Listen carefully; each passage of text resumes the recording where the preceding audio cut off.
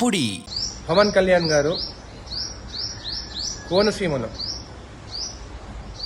చెట్లు చచ్చిపోయినాయి తెలంగాణ వాళ్ళ దిష్టి వల్లనే అని చెప్పడం జరిగింది. ఇంకా అది కూడా కాకుండా కోనసీమ వల్లనే తెలంగాణ వచ్చింది, డివైడ్ అయిందని కూడా చెప్పడం జరిగింది.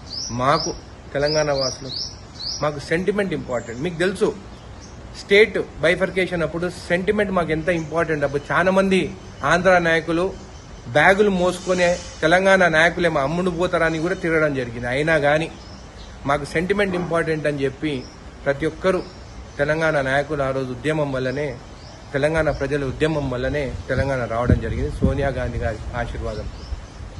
నేను మొన్న చెప్పడం జరిగింది క్షమాపణ చెప్పాలని చెప్పి, కానీ ఈ రోజు వరకు అసలు స్పందించడం కూడా లేదు పవన్ కళ్యాణ్ గారు.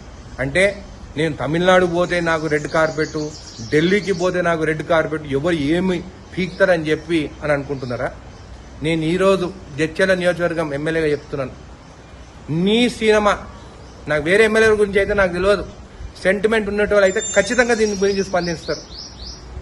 జడ్చర్లలో మాత్రం నీ సినిమా ఆడదు.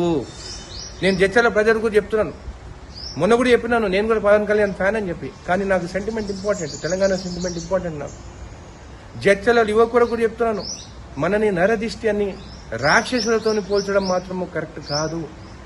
ఆయన క్షమాపణ చెప్పాల్సిందే. నేను కోమటిరెడ్డి వెంకటరెడ్డి గారు కూడా మాట్లాడడం జరిగింది.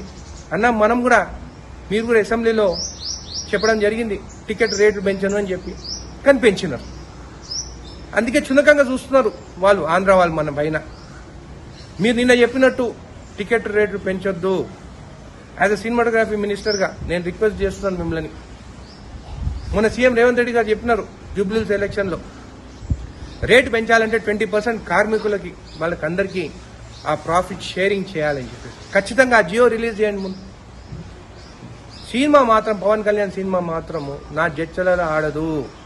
తెలంగాణ ప్రజలకి క్షమాపణ చెప్పాల్సిందే. వేరే ఎమ్మెల్యేని కూడా నేను చెప్తున్నాను, ఇది మన సెంటిమెంట్ విషయం. ఇది ఇంత చీప్గా మనం చూస్తే మనం ఊరుకునేది లేదని చెప్పి కూడా మీకు తెలియజేస్తున్నాం.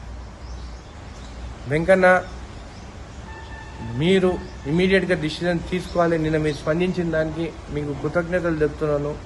అదేవిధంగా మా పీసీసీ ప్రెసిడెంట్కి, మా ఎంపీ చామల కిరణ్ గారికి, మా మినిస్టర్స్కి, వాకిటి శ్రీహరి గారికి, పొన్నం ప్రభాకర్ అన్న గారికి, ఎమ్మెల్సీ బాలమూరి వెంకట్ గారికి, ఖచ్చితంగా ప్రతి కాన్స్టిట్యున్సీలో కూడా ప్రతి ఎమ్మెల్యే కూడా మీరు మన సెంటిమెంట్ కోసము మీరు మాట్లాడాల్సిందిగా నేను కోరుతున్నాను.